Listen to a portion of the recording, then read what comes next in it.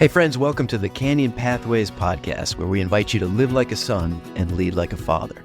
Canyon Pathways is a global community of men on the journey from the striving of servanthood to the freedom of sonship as we traverse the canyon that is midlife leadership. My name is Noel Bouché, and I'm the founder and part of the leadership team for this venture, and I'll be your guide throughout this podcast as we explore and discover what it means to live like a son so we can lead like a compassionate father. Really excited about this episode, everyone. We'll be talking to my friend Sherman Bradley here in just a bit, and I'm eager for you to experience his insight and wisdom just as I have over the years through our friendship. But just a quick thought here as we get started. This hit me with this episode. Canyon Pathways community is only 3 years old. We launched in 2021. The Canyon Pathways podcast is 3 episodes old. So we're just still in our infancy, but already I've been really proud of the whole team coming around this. We've already made everything from equipment upgrades to process improvements. And I think with this episode and each episode going forward, you're going to see that. You're going to hear it, as it were, as we develop this community around on this platform. But, it got me thinking about an aspect of sonship that for me is really important. And has been important in my sonship journey, which is, let's just call it the veer and pivot away from perfectionism towards the responsiveness and the freedom that we can find in the responsiveness when we're really living like a son who knows that he's a son of a good father, who's walking with him, who's providing for him. I'm a one.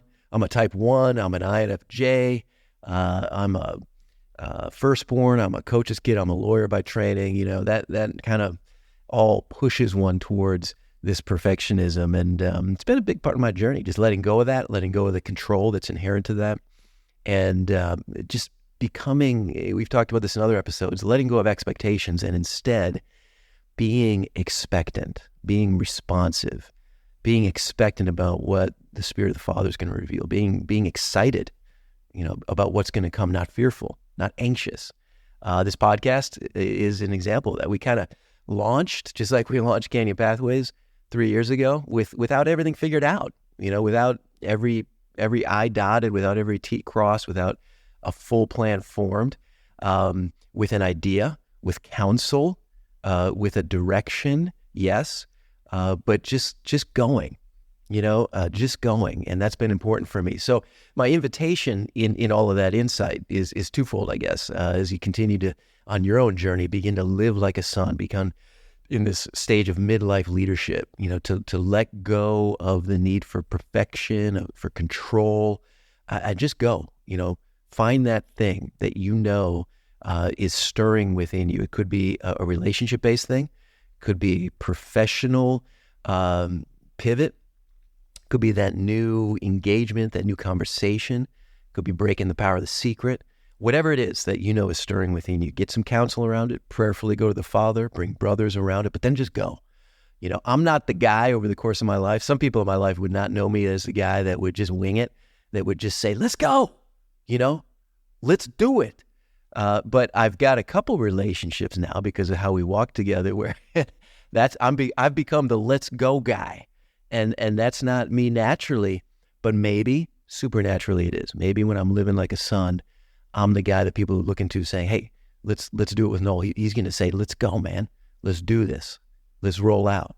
And that's been, a sign of growth for me. So that's my invitation for you in this season of your life, and also with respect to this podcast. You're not just a consumer of this. You're part of the Canyon Pathways community. And as we launch, hey, there's something you're seeing, that you're hearing that you'd like to hear more of, let us know. There's something that, maybe technically this is in your wheelhouse. Hey, let us know. Give us feedback. Help us improve. Help us do this even better as we grow. You're part of this community. We want to hear from you. We want to live and walk together as sons among other sons, and that's the invitation to you. So with that, let's move into what we're talking about today specifically, which is this concept of rest, this word rest, this idea of resting. And this is a hard one for us in midlife leadership. Rest is hard to come by.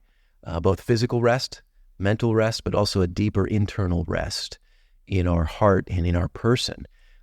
As we serve, as we move through this stage of life, a lot's being asked of us. A lot is being demanded.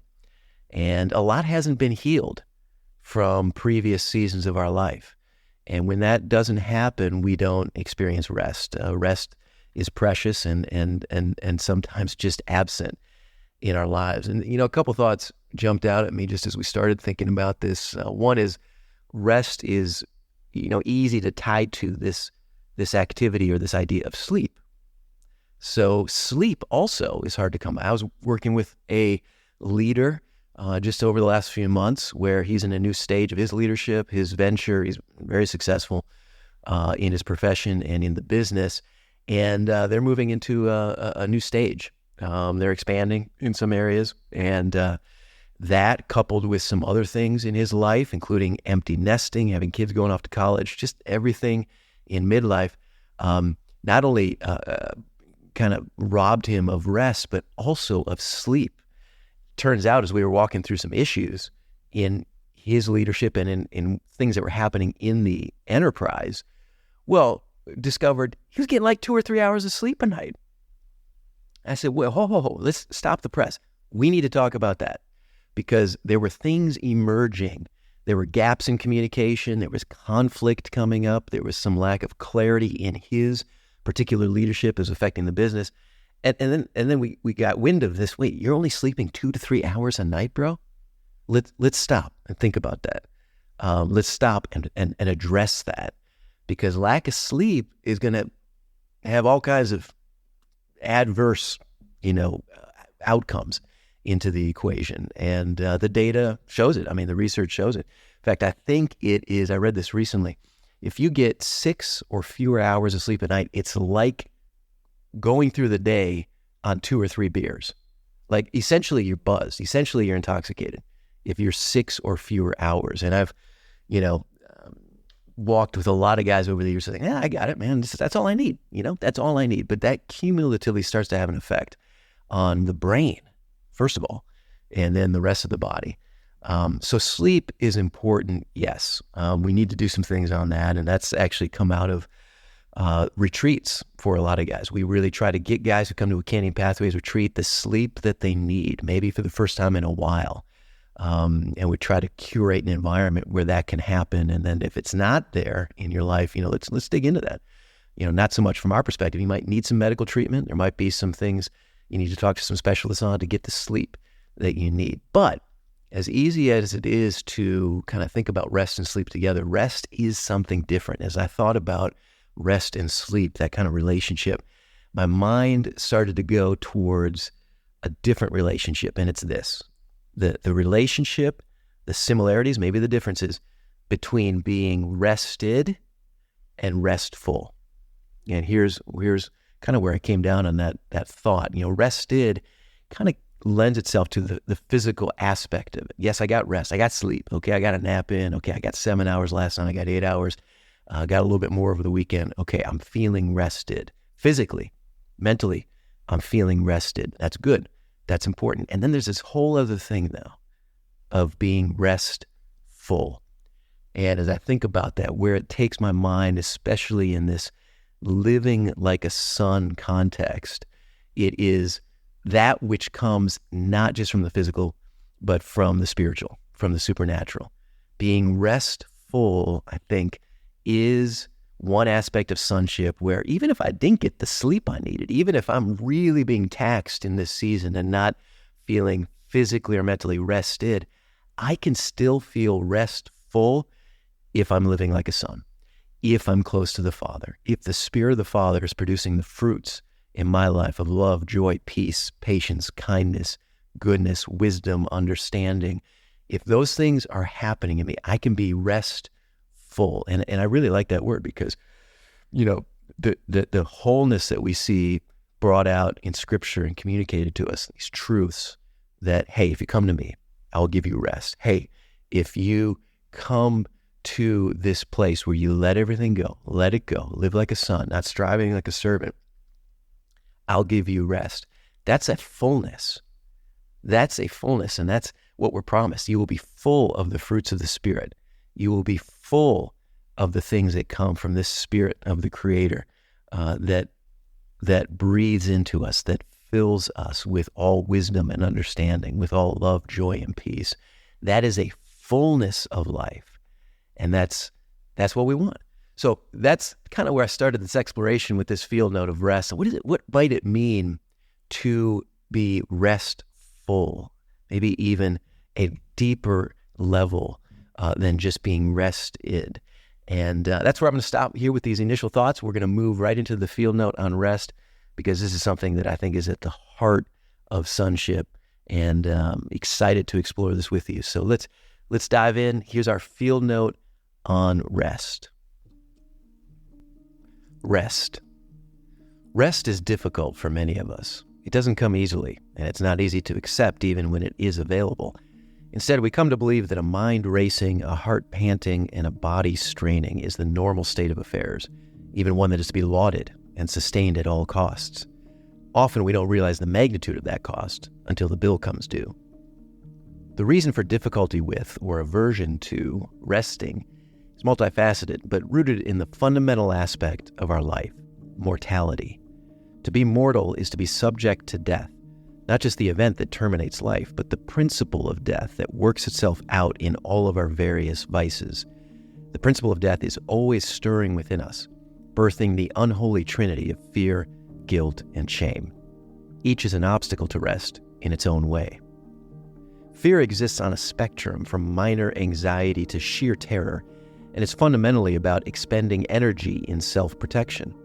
A mortal naturally does this because there are innumerable things, words, situations that can cause harm to our heart, mind, and body. We live and breathe in a vacuum of scarcity where everything, time, energy, wealth, affection, is limited and fleeting, and seemingly procured only by the victors of a zero-sum game. We can't rest, fear whispers to us, or we'll lose. Guilt deprives us of rest because of its crushing weight. Like Atlas forced to hold up the celestial spheres on his shoulders for eternity, guilt weighs upon our mind and heart, pressing down upon us so as to make peaceful breathing, leisurely laughter, tranquil thinking difficult, if not impossible. Our pains, our regrets, our disappointments, and dissatisfactions form a burden we are constantly bearing, a cross we are always carrying. Shame robs us of repose by trapping us in a cave of contempt and strapping us onto a cycle of striving. Shame is that inner sense that we are unworthy, deficient, somehow lacking, and so always needing to prove to someone, anyone, our worth and desirability. It at once exhausts our person while excluding us from the rest for which we so yearn. So where in this dumpster fire of mortality is there hope for a weary soul? In relationship. It is, after all, through the severing of relationship that mortality and its fatal fruits came upon us. We ate, we rebelled, we looked to something for life that could not give it, and we lost the intimacy of relationship with the giver of life, immediately covering ourselves in shame and hiding from the verdict of guilt. But now that giver has become Redeemer, showing us that to live is to know Him, to walk with Him, to cast our fear, guilt, and shame onto Him for Him to resolve, and in that we find rest. It's an odd thing in any event that in our mortality and morbid calculations about the way of things, we would ever view rest as avoidable, optional, elective, or especially as weak and reprobate. Indeed, to experience rest is part of a life-giving rhythm of health, growth, and flourishing, and it's encoded into everything around us.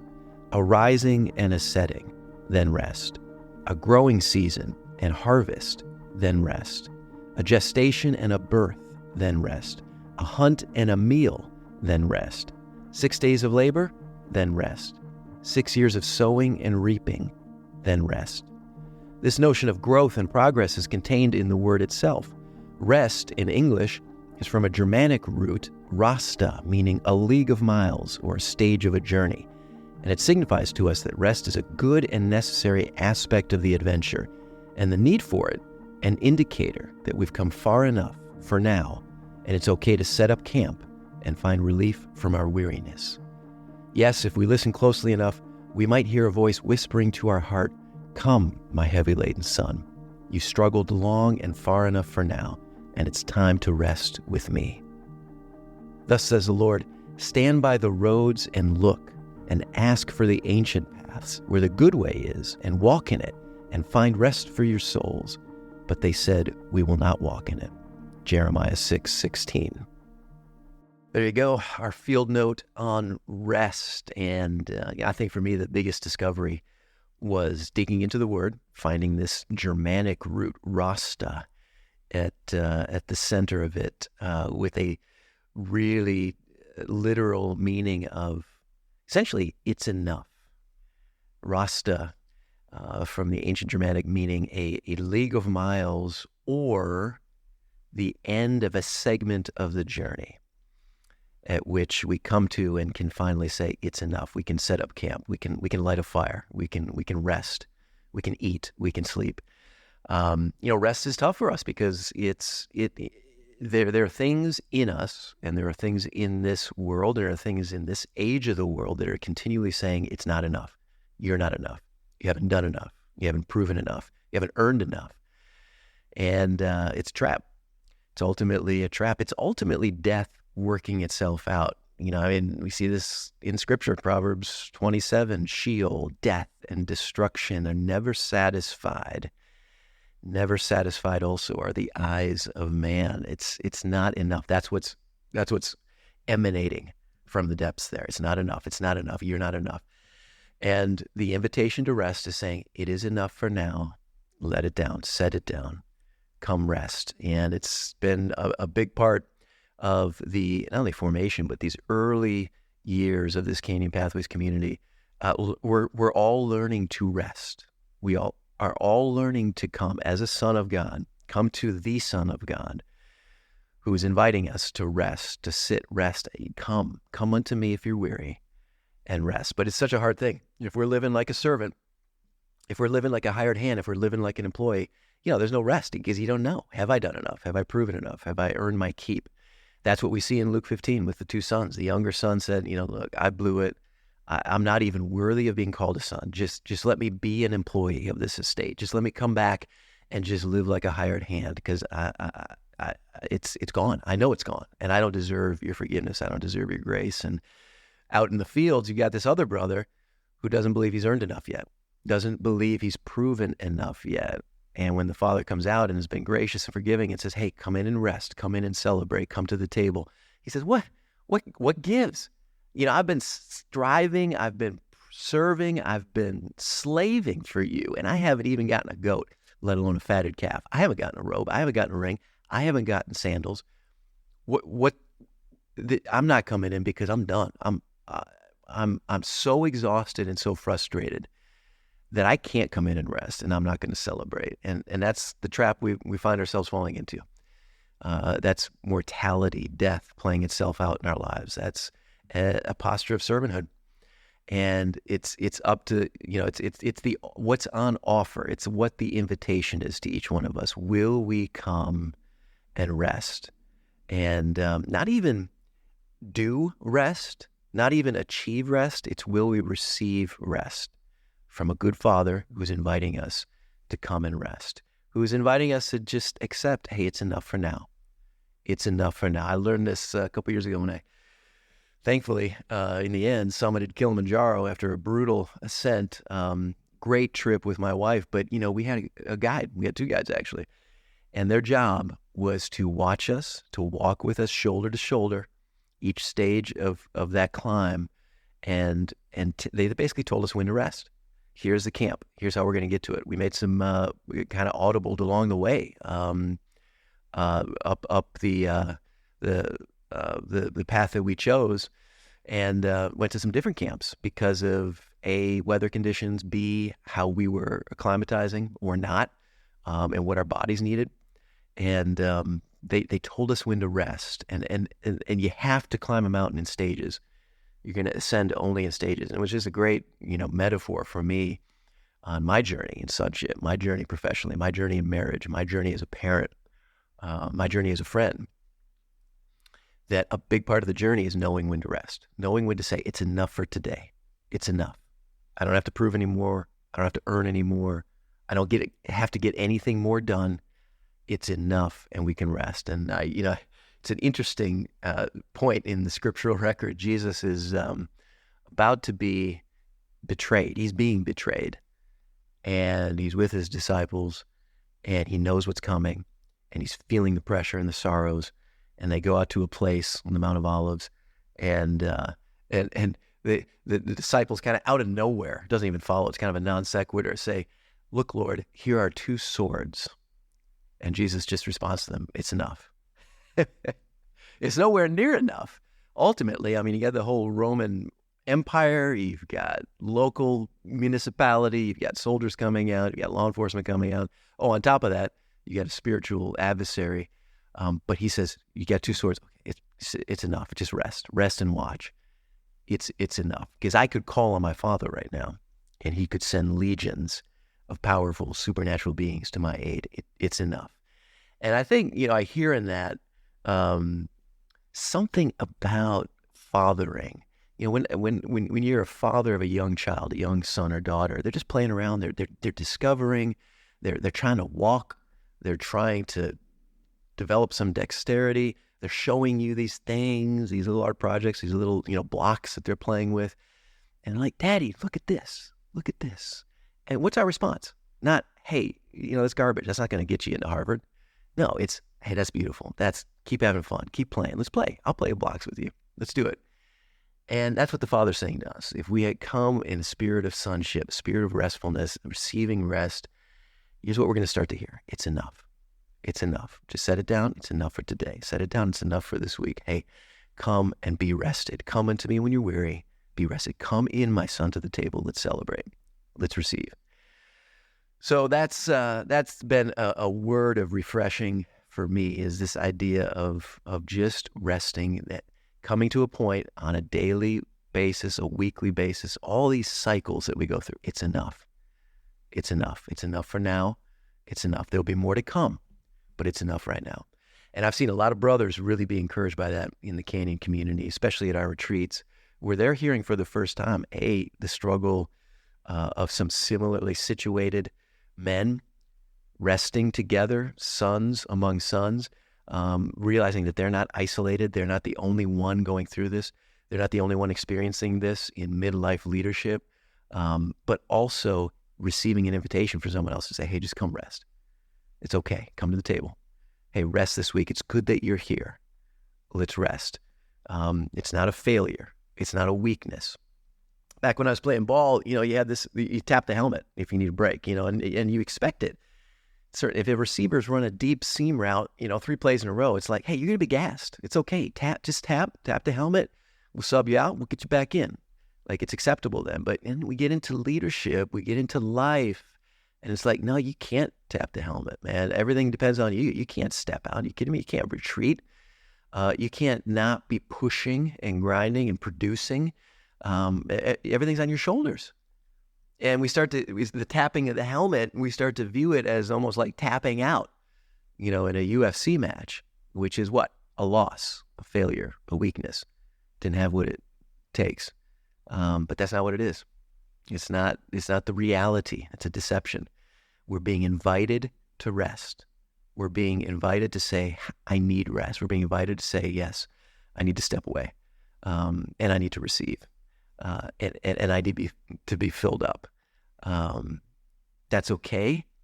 That's good, and that's part of the sonship journey.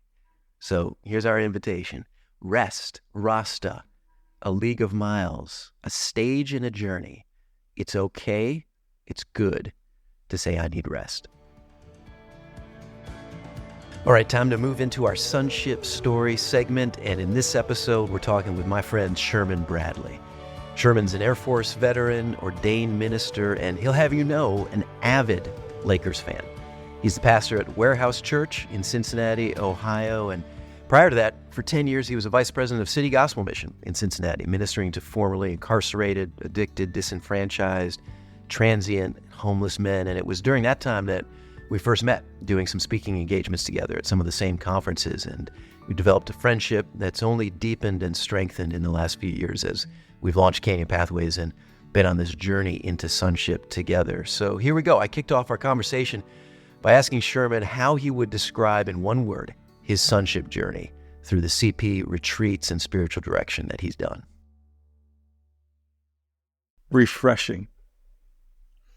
Each trip has been a refreshing. It's offered me inspiration and revelation, and then camaraderie, because I'm always meeting new men that I've never met before, as well as continuing relationships with guys I may have been on or know previously, especially since I got to bring someone with me once. And so that camaraderie is huge. But the refreshing, the places that we go to, where we can step out of the day-to-day experiences and really just be away. And they're unique places, at least for someone like me. I mean, I've been to California, we've been to the Black Hills of South Dakota, and to Greece, and even Africa. So yes, refreshing. We've been around the world together. We've been around the world together. Refreshed around the world. Why is that? Why is refreshing so important to you in this stage, like where you are? Why is that the word? Well, a couple of reasons. One, I am like most men. I attempt to do too much. And a place of refreshing has offered me an opportunity to rethink about what I do, how I do it, why I do it, and whether or not it's lining up with God's desires for me, or is Sherman off trying to tackle the world from his own desires. And that's pivotal, because one leads to prosperity, the other one leads to striving and stress. And the first one that I attended, I had a lot of stress going on, a whole lot of stress going on. So it was a huge refresher. So you were my invitation to the first one. And how do I respond? Well, I was fine until you said South Dakota. It's like, I'm not going to South Dakota. What I want to go to South Dakota for? It's cold in South Dakota. You're like, oh no, it's gonna be early October. It's not gonna be that bad yet. You'll be okay. I was like, no, I hate snow. Let's be clear here. Sherman's reaction was mainly a climate-related reaction. That's true. That's the big thing. That's true. I had no problems with Canyon Pathways or its mission and vision, just its location that it was offering me for my first experience. And Noel convinced me, brother, it's the first week of October. It's not going to snow. And you all will never guess what happened. No, let me tell you how it happened. By the time I got off the plane, it was just raining. And and it's a small airport, by the time I got my bag, got to the vehicle, we drove not even 10 minutes so Noel could get his cup of latte. And before we could get out of that cafe, snow was coming down the size of my fist. It was crazy. It literally took us. I've never seen snowflakes that big. Even me, I've never seen. They were enormous. The contrast of weather in South Dakota and the beauty once those 22 inches of snow finally stopped falling was amazing. I've seen it in pictures. I've heard about it, but to be in the middle of it, out in the middle of nowhere, and have no real need to be anywhere, and could just really exhale and focus on me and sonship, phenomenal. Did not like my word at all. Felt somewhat dejected. I was expecting something more vibrant, not the word rest.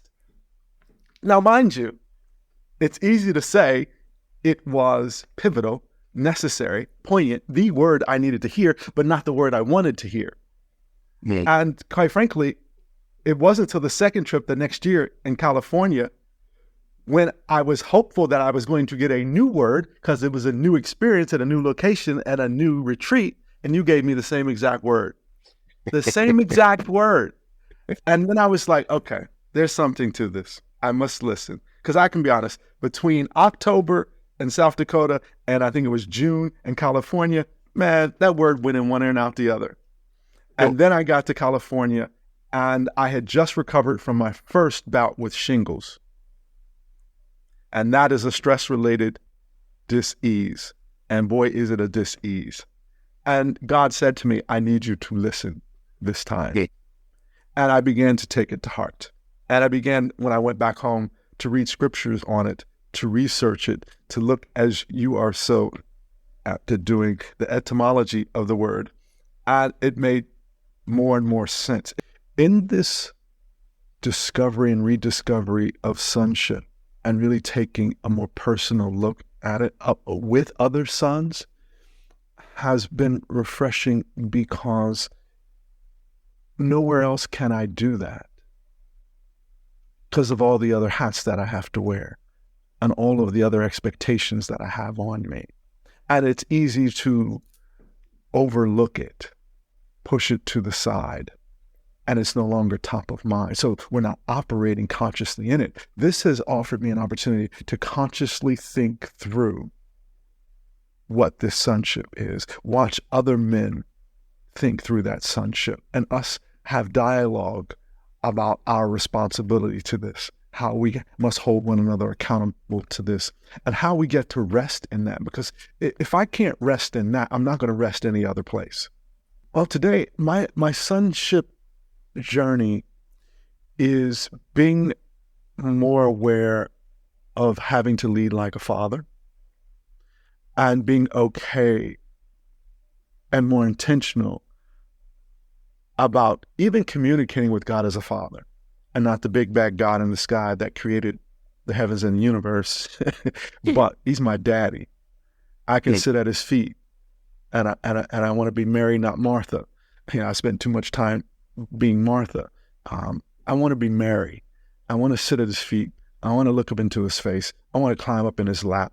I want to be able to cry in his arms when I'm frustrated. I want to be able to yell and scream when I feel like it. I want to be able to look into his eyes. I want to be able to hear his small, still voice when he whispers. I want to be that close. And I'm having to be more intentional. But I'm also having to understand I'm a son who needs the leadership of his father. And having been a prodigal and not the elder son that never left, I am also keenly aware of the grace that I have to have this level of access. And I'm trying to be more intentional about honoring that and utilizing that. And now making myself more available to a younger generation that is having the same struggles I had when I was their age. The beauty of the future of sonship for me is having a different idea of what fatherhood looks like, from what I will glean from my Heavenly Father that I have now to pass on to a younger generation of men who need an image in the earth of fatherhood, of the fatherhood of our God. And in doing so, I am stepping into spiritual direction, certification, and better understanding how to lead like a father as I continue to evolve at living like a son. And in doing so, I'm hopeful that the future means I'm going to have more sons that I'm going to be pouring into and seeing become the fathers that we need to lead the generation that they're rearing or getting connected to, such that when they get our age, they will not have waited till our age to learn and glean from what we are receiving. And this is capable of happening with men of faith around the world. And that is phenomenal to me, to be seed planters in the body of Christ, to really see it as an organism rather than the little C fiefdoms of church facilities that we've established around the world that hasn't really afforded us to put our best foot forward relationally, because we're in silos far too often. So much wisdom from my brother, Sherman Bradley. I love the restfulness of heart and mind that he's discovered in this journey into sonship, and how it's crafting a new vision of leading like a father, so that, as he puts it, others will not have to wait until our age to experience it. Friends, I hope you enjoyed this episode. Check out the show notes for links, as well as a PDF with discussion questions if you'd like to use this episode for personal reflection or in small group meetings. Subscribe so you catch all of our episodes as we develop a language of sonship through this podcast and hear stories from men in midlife leadership around the globe. Big thanks to the team at Maroon Harpoon for producing this episode, and a lot of gratitude as always to our donors who make Canyon Pathways possible. And as always, thank you for being a part of this Canyon Pathways community as we together live like sons and lead like fathers.